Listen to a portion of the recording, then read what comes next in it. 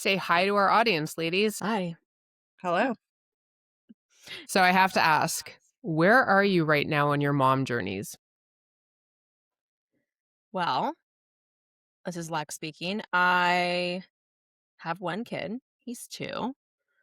And I think that I'm figuring out how to be a mom and how to work at the same time. So, yeah, that's kind of where I'm at. Hopefully having another one in the future, but we'll Okay. see. So you're not a one and done. No, I mean, I guess you never know what life has for you, but I I like would like that. to have more. Yeah. So your experience has been positive enough that you're entertaining expanding your scope of motherhood. I think it's that you forget how hard it was in the beginning. You get amnesia and you decide like, let's do this again. This is fun. The mom Right? thing, Right, Laurel? It's definitely more complicated than that, where it's the hardest and best thing that I've ever done. So I have 2 under 3 right now. So there were 2 under 2. And it's like now I'm like, well, maybe I could have 6 kids. I don't know. Like you're already in it. You're doing it. It is complicated. It is messy. I don't know how to do work-life balance. I don't know how to manage my friends. I don't know how to manage my children well. So but let's it's throw in 4 more. Well, I mean, if you're already going to the park or Toys R Us for the morning, you might as well just take more of them. They kind of end up playing together. But yeah, in a place now where trying to get a balance back after having kids super close together, trying to figure out what life kind of looks like. I think what's Yeah. so interesting for me is that I had you guys in like different categories. So, Lex, I think I always knew that you wanted to be a mom, especially because you are so close with your super awesome family. But like Laurel, you were well, I don't want to say supposed to be, but in my head, Laurel, you were going to be like the solidarity sister where you weren't necessarily planning on procreating. So I think for me, I think Lex, I always anticipated this for you. And Yeah. Laurel, you surprised me. Yeah, that's fair. I feel like I never really had the maternal, oh, like I see a baby and I'm like, hey, I want a baby. Like baby scared me. I would hear kids screaming in the grocery store and I'm like, this is awful. I would like visit my friends with kids and I'm like, are they gonna have like a nap soon? Which all of this sounds terrible, but I never really felt like a super like, hey, calling or like need or that like innate like, hey, I always wanted to be a mom thing. And Yeah. so, but I think when I got into my like mid 30s, it was kind of like, oh, like I still wanted to have older kids. Like I wanted to do foster care. So it was something that has kind of been on my mind since my good friend in high school was in foster care. And anyways, long story, but I thought it was kind of a journey that I wanted to start exploring with my husband. And so we had started doing all the paperwork for that. I remember And then that. kind of we were pregnant. I think I was about 35. So it was a bit of a shock. And we're like, I guess we're going to do this. Like, this is what we're moving forward with. So it was as much of a shock to Darren, my husband, and I, Jordan, than than it was to you. So it's been an interesting journey, kind of balance, like something that you didn't necessarily plan for. And then how does that kind of fit in? And a Yeah. lot of my friends too were done having kids at that point. So they were kind of out of the little kid baby stage. And so navigating that with a career was definitely something unknown to me and definitely had a lot of challenges that I didn't expect. Yeah, I think what's interesting is, especially for me sitting on this side where I don't have my own kids and never plan to, a lot of my friends had started having kids, I think like we're at like 10 years ago now. So even for me, you guys are on like the later spectrum of that where their kids could babysit your kids. So maybe Yeah. that's something we should investigate. But I think it's interesting because you never necessarily know what's going to happen on your journey or what motherhood is going to look like. And while I'm not a mother, I did a mini stint as like potential stepmom in training. And even that for me was super eye-opening. But going into it, like what's something that you wish people talked about more openly about motherhood or being a mom? I think what's interesting actually is even though Laurel and I had different expectations of what our lives would look like, I think that the reality is when you become a mom, it's pretty much the same experience in some ways, in many Like, holy ways. shit, what did I do? Yeah, whether you expected it or not, you're like, this is are we insane? Like, are we crazy for doing this? Because it is a shock.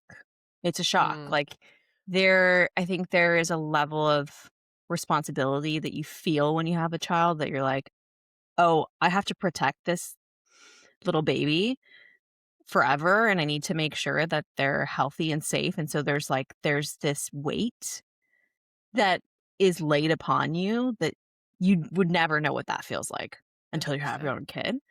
Um, and also it's just hard. It's just a hard adjustment to go from like Mark and I were together for Oh, wow. 8 years before we had a kid. So like we were very used to our lives, just the two of us. Yeah, And when you have a kid, that just gets shook up. And you such have a to figure dynamic, out yeah. how to get through that. So I think the challenges are definitely probably shared between us because it is a difficult experience, Yeah. whether you're I think expecting you're to be a putting mom or it not. very politely. I think it was the craziest thing that I've ever experienced in my entire life. Like, A, you have a baby in the hospital, you're exhausted, you have not slept, and then the baby's sleeping beside you, and I'm like, "Well, I can't sleep while it's sleeping, I need to make sure it's breathing." Breathing. So, I did not sleep, like, my husband and I would take shifts to make sure we were watching this baby Hmm. to make sure that they didn't suffocate in their little swaddle, Yeah. and then you go home, so, like, you're so exhausted, you get home and you have this tiny little person that doesn't wanna eat because your boobs have not made milk yet. It's just, like, it was a crazy experience, and I remember thinking, like, my friends did not tell me about No. this. So, Mm, Jordan, when you say, like, what is the thing that might have yeah, prepared you? I think having more realistic, not scary conversations, but just like, "Hey, like, the first week is going to be like a shock to your system. You're going to be Yeah. exhausted, yeah, make sure your partner is there if you have one, or if you don't have a partner, like, you have kind of that community that can come support you because you are beyond exhausted and all you wanna do is sleep, and then you're very afraid of trying to keep this little person, like, alive and fed, and so I think, like, just I wasn't prepared for mm, the lack of sleep and for the amount of accountability that I felt. yeah, It's overwhelming. It's Mhm. overwhelming. And I think I agree. Like, I don't think that people were honest with us either. I think they want to sugarcoat it. And it's like looking through rose colored lenses, like, oh, it's such a beautiful experience. It such a is. It gift. is. It is. It is a gift. It is beautiful. But like the reality is it's fucking hard. It's Yeah, hard. And you just need to expect that it's going to be very hard so that you're pleasantly surprised when you might have an easier day because it was yeah. very challenging for us. Like, we struggled big I time. remember, and I think what's interesting for me is because I'm not a mom, how many of my friends who became moms, I think they actually felt more comfortable talking to me or confessing things to me than they did other moms. So I remember being in the hospital with one of my friends the day that she delivered, and they hand you the baby and all of these things, and I remember it was just me and her in the room for a bit, and she looked at me with this look that I've never seen on her face. And she asked me, "Am I supposed to love her immediately?" And I was like, I don't know how to answer that for you." And she kind of went through this thing of, you see these movies and they hand you your baby and everyone's crying and Mhm. I love you more than I've ever loved another thing. And I all I remember saying to her is, I don't know how you're supposed to feel, but I think however you feel is fine. And let's not worry about that right now, hormones, whatever. But I do think there's this element, it's almost like rom-coms that make the love story look a certain way, that Yeah. there are so many of these movies where it makes it look like the mom is beautiful and her hair is all, and then she has the baby and they hand it to you and you're crying tears of joy and this family has suddenly been created. I feel like it's so detrimental.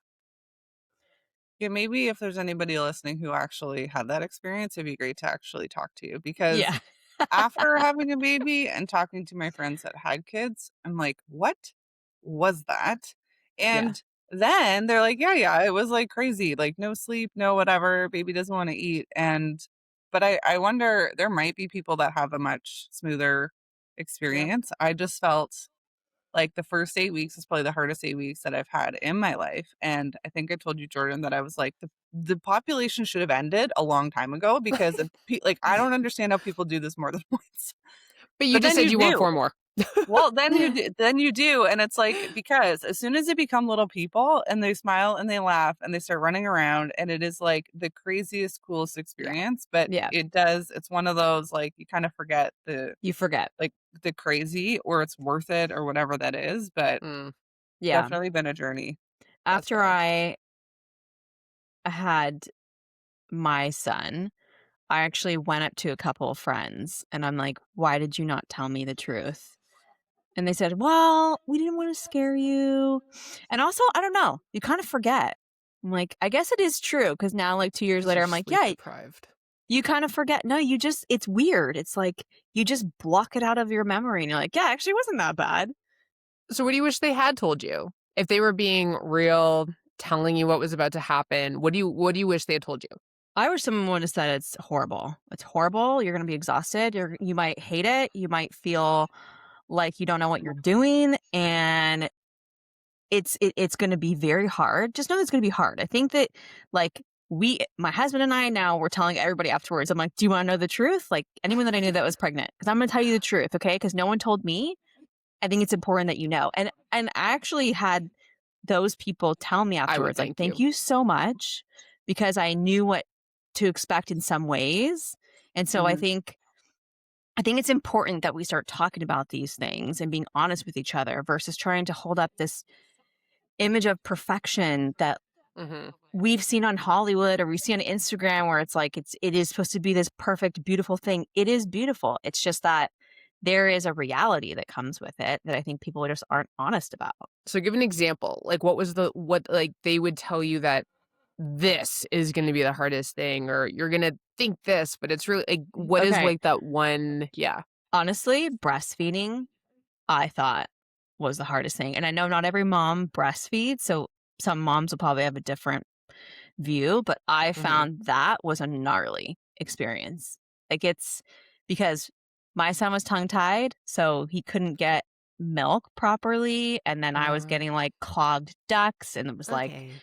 it was very Okay. painful and not fun. And so, like, but no one told me about this. No one even talked to me about, hey, FYI, like breastfeeding might not go your way, or it might be like really hard. You might be in pain, or you might be like up till midnight pumping your boobs. You know what I mean? Right. Like, no one tells you these things. Like, oh Yeah, Just yeah, this natural, beautiful bonding experience. the reality of pumping is, like, something that needs to be, like, a bumper sticker. Like, if you're gonna oh my breastfeed, like, you god, will be pumping, and do you understand what that means? Like, like, that would have been helpful to know.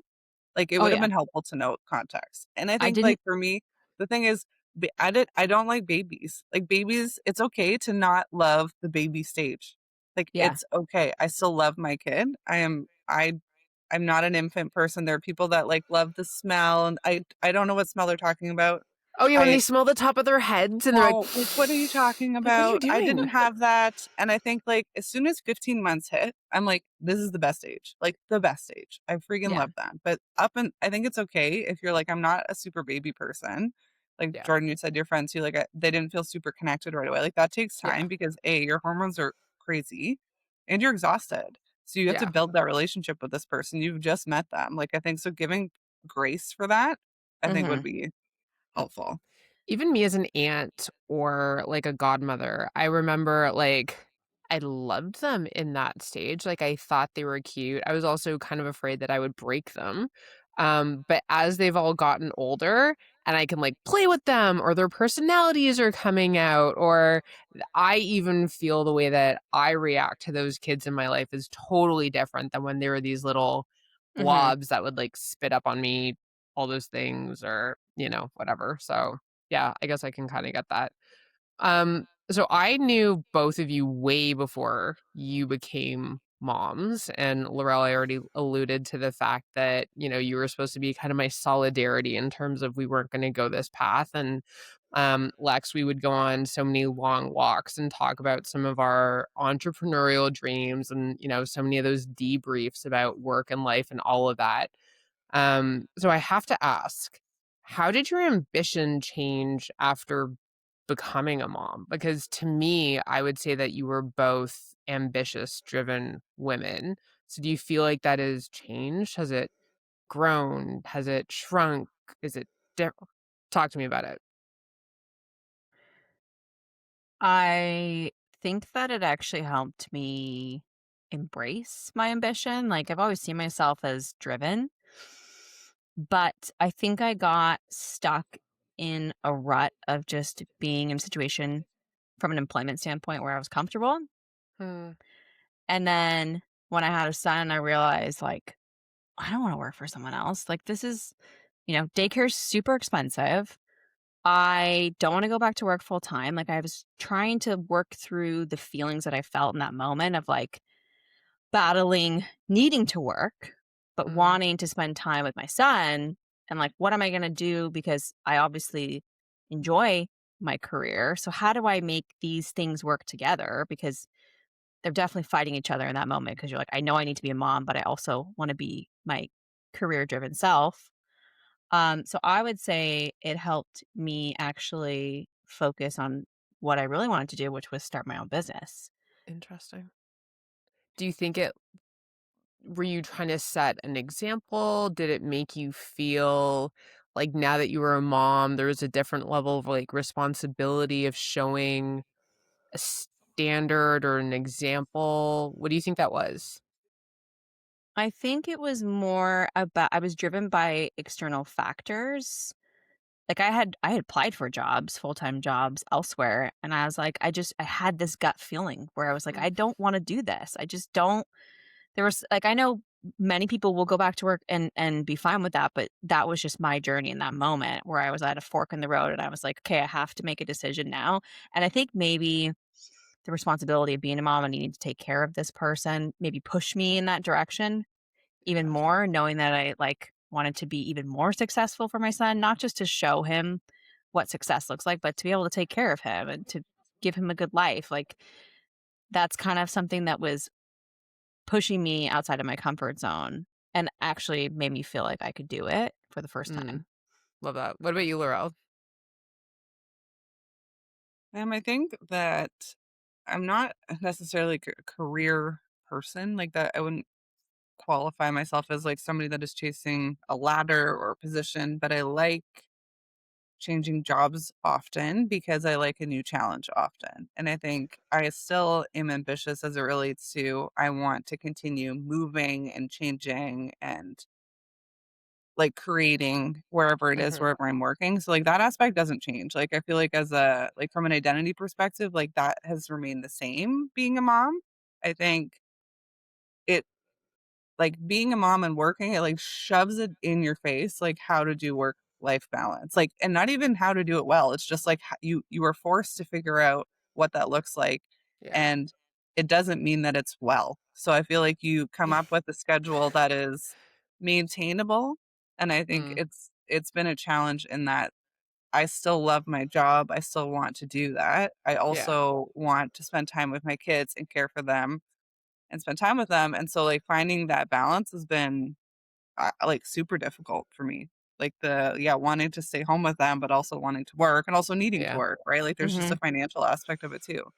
yeah. Well, yeah, I mean, life has changed, right? You Yes. can't Oh, yeah, the you single can't income thing Mhm. does not fly anymore. Mhm. Back when houses in Toronto were like 20 grand and now something basic is, Mhm. almost 2 million. But I think what's interesting is, as you guys know, I never had the aspiration to be a mom or do any of this. And although my exposure to it was short lived, I did have, kind of a almost 2-year phase where I was playing like a bonus adult.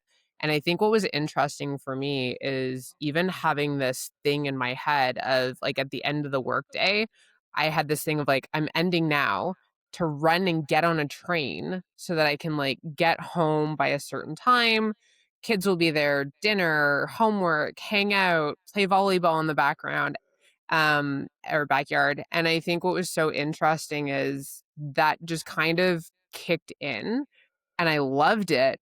But then I think what's also interesting is that I did see a lot of my ambitions just go on the back burner. And I don't know if that was a me thing or the dynamics, but it was almost at the end of the day, there wasn't time for it. So I will say that I think it's impressive for me to watch you guys take on these new challenges. Lex, you've launched an entirely new business. As you just said, Laurel, you've taken on all these additional responsibilities. And I think sometimes from the outside, it looks like it's easy. It's like, oh, you have this capacity for more.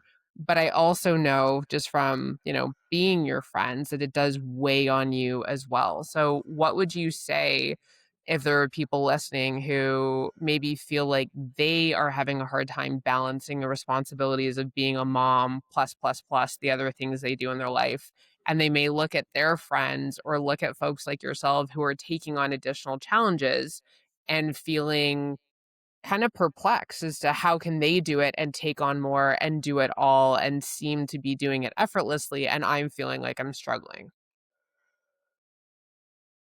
Yeah, I can't, like, I'm talking to Lex and other moms, like, I don't know if I've met one mom that is like, "Hey, I have the best work-life balance. I'm spending as much time with my kids and as much time on my career and with my partner and my hobbies," and it is a shift in priorities, right? Like, the Yeah. lack of free time is probably one of the most it was the What is it? like, the biggest adjustment, I think, where you can't just go for a coffee on a Saturday morning, or you can't just go for a walk with friends, like, you have to carve out time for everything, to go to the gym, to go meet with friends, to go play a sport you used to play, and so the prioritization Mm, piece, it really forces you to choose what is valuable yeah. Yeah. and to kinda weed out the things that are less important because there's just no time to do that all well. I've never met anybody that is actually like, "Hey, I've got a hold of this thing and it's awesome." Like, I think everybody that I know that is a mom and working would say that there's aspects that they wish they could do better, Mm, Yeah.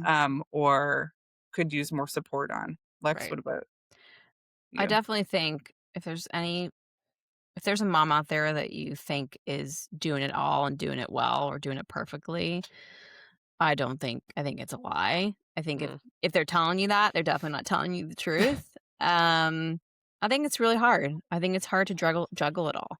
yeah. Um, I find, yeah, the lack of time makes you a bit more selective about the things that you do.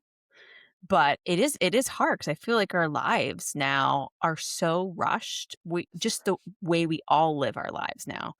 They're so rushed. They're so busy. We have to-do lists like up the wazoo. At least I do. I have like 10 different to-do lists. And it's like, Mm, why? Why? Why do I just think the nature of the world we live in is very fast paced. So it makes yeah. it even more challenging to find the time to do the things that we love. Like I haven't been to the gym in I don't even know for how long. And I used to go, that's how we met, like That's what we meant. Yeah. It 4, was 5 days a week. Yeah, it was a ritual. And if somebody so wasn't there, something was wrong. Mhm. it's been I think that's been the hard piece for me is like, okay, I want to go back to the gym, but I'm really like I'm trying to find time to spend with my son and I need to find time to spend with my husband Yeah. and I need to be able to clean the house and there's so many things to do that it's almost like those other things just get pushed out the window. Oh no.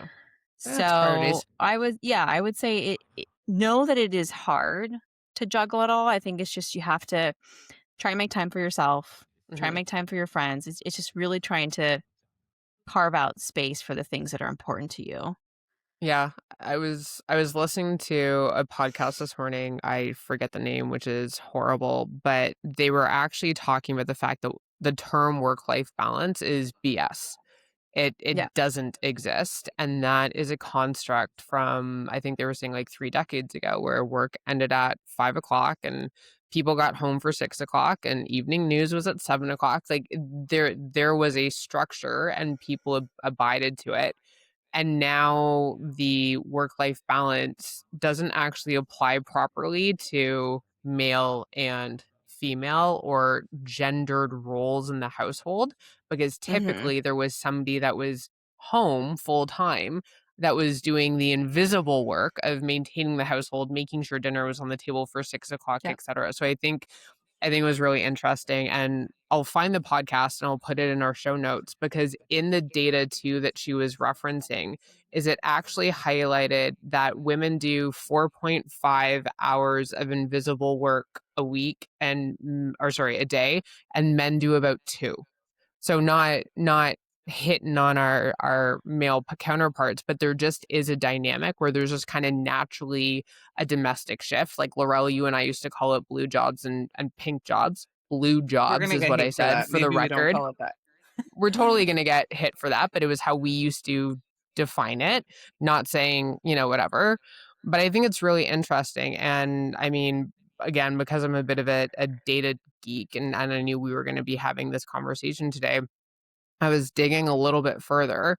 And the resources from an organization called Mother House Collective and then good old Stats Canada that was actually highlighting that, we talked about it, you can't just have a single income anymore. There are 72% of mothers with children under the age of 18 that are active in the workforce. And nearly 9 in 10 new moms return to work after parental leave. Like, that is a massive Mhm. shift. So, Lex, you were talking about daycare, and I even think of Yeah. how many of us don't actually live in the same neighborhood as our moms or dads. So that grandma, grandpa proximity, all of those things have changed. And just thinking through that and then thinking through the experiences that you guys have, what would you highlight in that? And would you say that there's a responsibility from some corporations to actually take action or do something? Like, what would be your call to arms? Oh man. If I could have free daycare, that probably would have changed what I did in that moment where I decided to start my own business. If I had Mm, gone to an agency and I said, we have free daycare, like, because I was in that moment balancing the cost, right? Of, okay, I got to pay right. for parking. I got to pay for gas. Like, here, I was calculating everything. And then against the salary that I was given, I'm like, this just It financially doesn't doesn't make work. sense.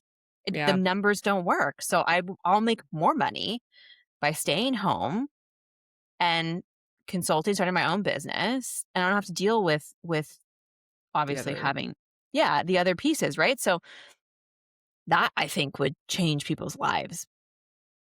Hmm. It's What about you, expensive. Laurel? Oh, yeah. What about you, Laurel?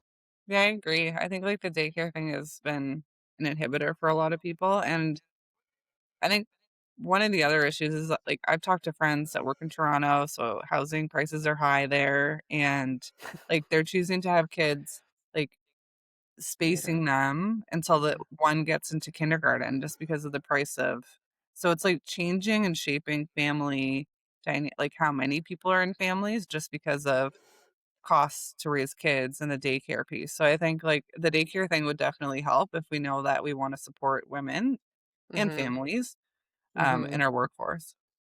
I have a vivid memory, Laurel. I don't know if you would remember this, but one of the times that we worked together, and one of our colleagues was calculating daycare costs in Toronto at the same time that I was trying to calculate barn stable costs.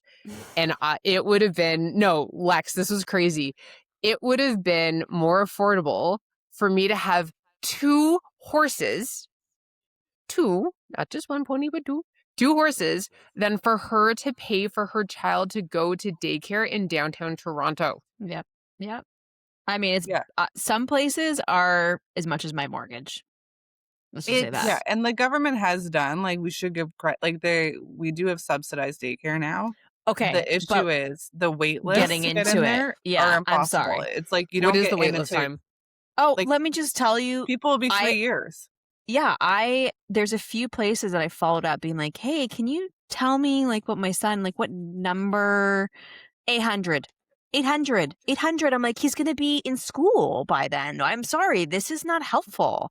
Like, I get it. Like, there are That's crazy. places, but it's impossible to get into. I just got him into daycare just after 2 years old, and it's not even it's a home daycare because it's the only one I could find that he had availability. Like, That's that's the crazy. reality, is like, everyone says that too to me because we have some friends that live outside the city and they don't have as much of an issue with wait lists. So they're all questioning us, why is he not in daycare? There's a subsidy. I'm like, guys, like, I was on a wait list when I was pregnant with him. Yeah, it's multiple wait years. lists, like You have to 75 basically wait lists. you pee on a stick and you call the daycare to get on a wait list. That is how proactive you need to be, and probably you Yes. need to do it even earlier than that. It's crazy. So, Yeah. like, part of it is, like, the government's tried to help, so great, but I think, like, if we know that that many women, 72% or whatever, Jordan, are actually working, and I don't know how many of those have little kids, like, if we wanna support families with little kids, we need Yeah. to make sure that there is better resourcing for daycare centers like that, because else there's no way that women can get back to work Yeah. and even Yeah. attempt a work-life balance. Mhm. I think one of the things that was a big eye opener for me and a bit of a moment where I felt like a bit of an a-hole and maybe not having like the right level of solidarity is when there were people that had to like leave the office at 3:45 or 4 o'clock to pick their kid up from daycare. I had a bit of an eye roll about it. And then it wasn't until, I had my little stint as a bonus adult or stepmom in training that I realized, no, this is a thing. Somebody has to either get the kids, and I was definitely not the primary getting the kids by any means. I don't want to misrepresent that, but at times where I would try to help my partner or whatever, like there nothing lines up. I didn't understand why the school day started and ended when it did. But again, I would think of the fact that that construct existed when there was probably a Yep. mom like at home full time.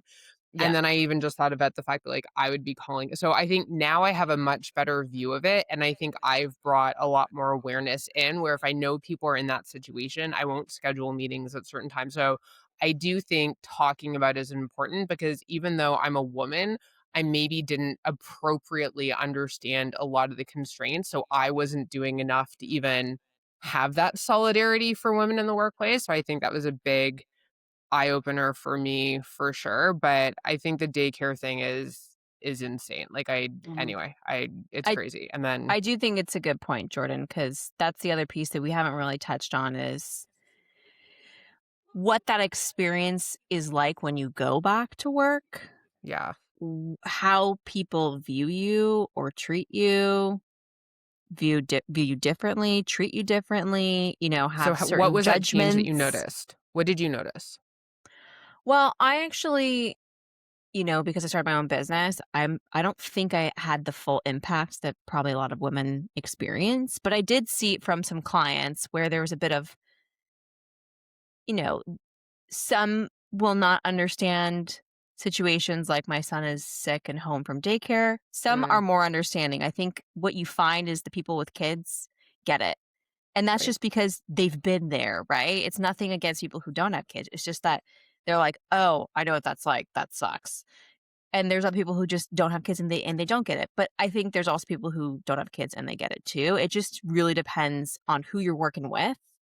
Hmm. And I think trying to change just the way people view moms in the workplace, I think is a big shift that we need to look at collectively as a Yeah, like, how can we be community, as a cheerleaders of it if we actually say we value this role and what this is? Like, I have a friend who's a hairdresser, and she runs her own business, and she took 3 months off after her baby and kind of had, like, preemptively told all of her clients to try to get Right. everybody booked in before, and she still lost a substantial amount of clients, and I think, like, it hurt her because she's like, "I understand you need to go somewhere else in the interim, like, I get that, like, you have we Can't be walking around women, with we roots. some correct, we got some high maintenance hair, uh, bars that we hold, but I think she thought more people would be loyal to kinda come back, and that's just one example of, yeah. yeah, you're taking time off, not even a lot of time off, and then I think we could be better at rallying around women like that to say like, "Oh, I get like, I wanna celebrate the fact that she did take the time off. I could still be Yeah. a loyal,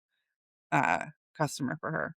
Yeah, Yeah. I think the biggest thing that I would take away, and again, this was a new experience for me, and I think I called you guys last year after something I navigated in the workplace where there was a woman on mat leave, and just some conversations we needed to have there about making sure that she was still viable for the right promotion cycles or clients that she had been on that would require a lot of travel. So I think the one thing that I would say before kind of evolving into some of the other things I'd love to dig in with you is I do think there is an element of kind of female solidarity that has to Yeah. happen, not just like motherhood, but I do think we have to all have each other's backs because the corporate ladder and the dynamics there are its own beast. And if we're not Yeah. looking out for, our fellow females that are coming back from work and they have 2 kids under 3, I do think that's a little bit of a rally cry that I would say for all of us. Let's just have each other's backs.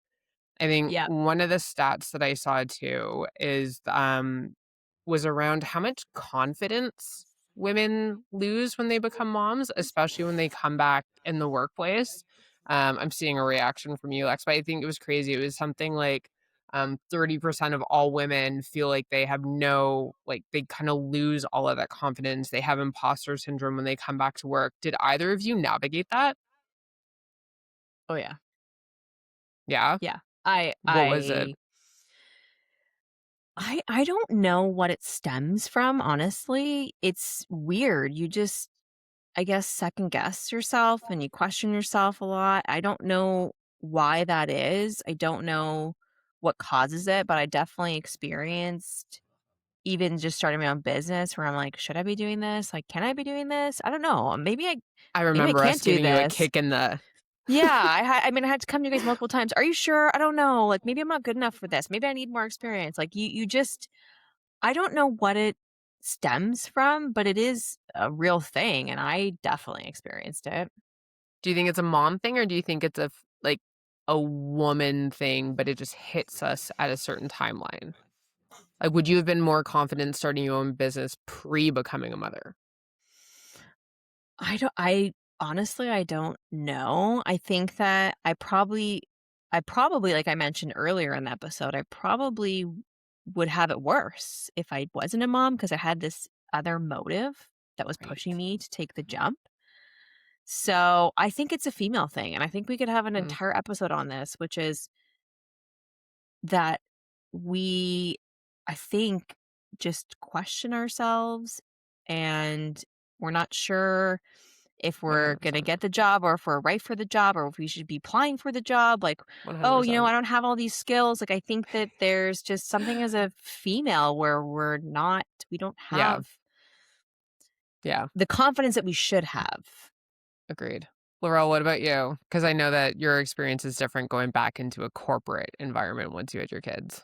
Yeah, Well, I I think guess you not. went back, I didn't. left, went I back. didn't have an imposter. I didn't have an imposter thing at all. I just feel you come back and effectively the buses still ran while you were gone, and so things are operating, and you're trying to like insert yourself back in, and it's not like there's a great formal way to make sure that people coming back in are integrated and caught up to speed and made to feel like, hey, like you still belong here. There's still a role for you can Mm, contribute. And so it was less imposters. It's more like you're coming back into a world where people are like, did we need, like, you kind of feel like, were you needed? Like, again, the Mm, ship still sailed without you. And life so, goes on. yeah, just like not I as got, well. It still sailed, but well, not as no, well. I Not like as that's not smoothly. even true. Like, so part of it is like, yeah, inserting yourself in and dropping yourself back in is difficult. I think like the imposter thing, I have all a bunch of issues later. We can talk about later on imposter syndrome. It wasn't as it related to being mom. It was just you do feel a little bit replaced, and you do feel a little bit like, where is my place now that I have Mm. been gone? And I think Mm, especially since we're I think all in kind of senior roles at a company too, where it's not just like task-based work that's being replaced. Like there is a part of like you're thinking. shifting and creating and strategy that someone isn't going like someone is going to do it differently than you. And then you come back in and you land and you're in a new world almost. And so that is an adjustment because you that is the world that is operating Right. right now. And so you have to again find your place in that. So that's what I found Mm. the Oh, biggest that'd be challenge. so hard, especially for me with the fact that I set the tone and direction at work. I can't imagine leaving for a year and come. I think I would have a tough time with that. So, what is one thing that you would each like? So, if you met a random woman on a coffee shop who was pregnant, saw you with your kid, like what is the gem or the piece of advice that you would each leave with someone that you either wish you had been told or you think that someone could carry with them that could make their journey into motherhood just a little bit easier? I think just know that it's hard. It is hard to balance it all. And like I mentioned before, if you see someone you think is doing it perfectly, they're probably not. Just know that you're not alone. And I think we also just need to be open. We need to talk about it, just be real with Mm, each other, and like find some moms are going through the same thing as you, because it feels good to know that, okay, someone else has experienced it. Like I remember Laurel said to me, either my kids are clean, my house is clean, or I'm clean. And I was like, oh, thank God. I was like, 100%. Yes. I'm like, okay, but I'm never not. clean at the same time. Yeah, I'm Correct. like, okay, thank you.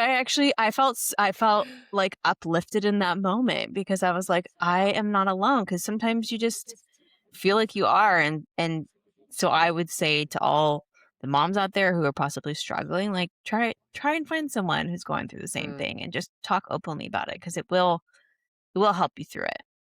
okay. Totally. Laura, I what about you? totally everything Lex said. And then I think if you know a mom that is a new mom, they are never going to ask for help.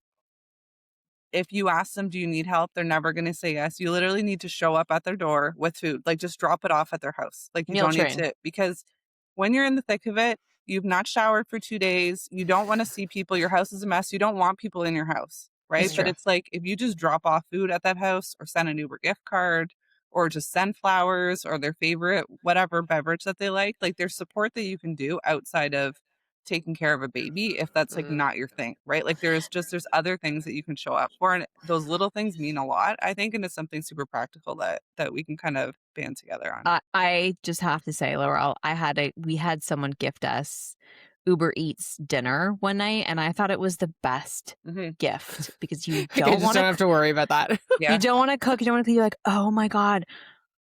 My husband was like, we from now on, when someone has a baby, that's what we're gifting. He's like, because yeah, we realized how meaningful it was. I was like, this is the best idea. I totally. wouldn't even have thought of it. Hmm. Okay. So I love that. So, so even just the advice that you guys dropped is interesting for me to hear because as your, friend without children, I have always operated in the if they need me, they'll call me. So hearing that, Laurel, you don't want me to see you unshowered or your house a mess, or same with you, Lex. I think that's the interesting thing where I guess I'll just show up or send you Uber Eats or skip the Which you're dishes very or good at. whatever. You are good at that. So I will say, just keep doing Hi. that. Yeah, because us moms, we want to act like we have it all together. We don't. We're falling Hmm. apart on the inside.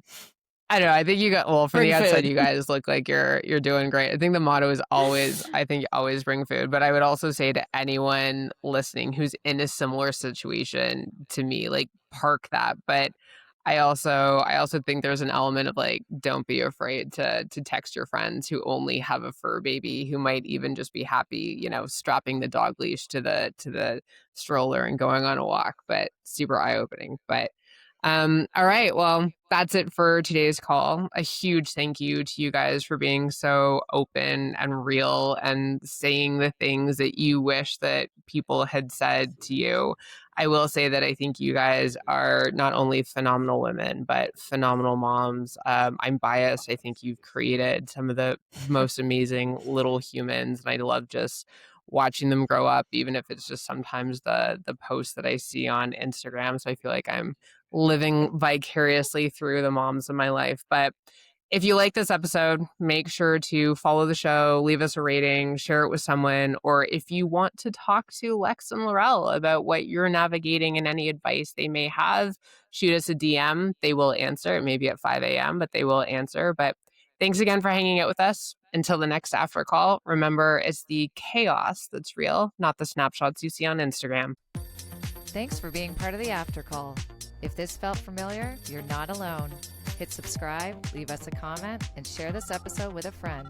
See you next time for more real talk about the beautiful, messy chaos of life.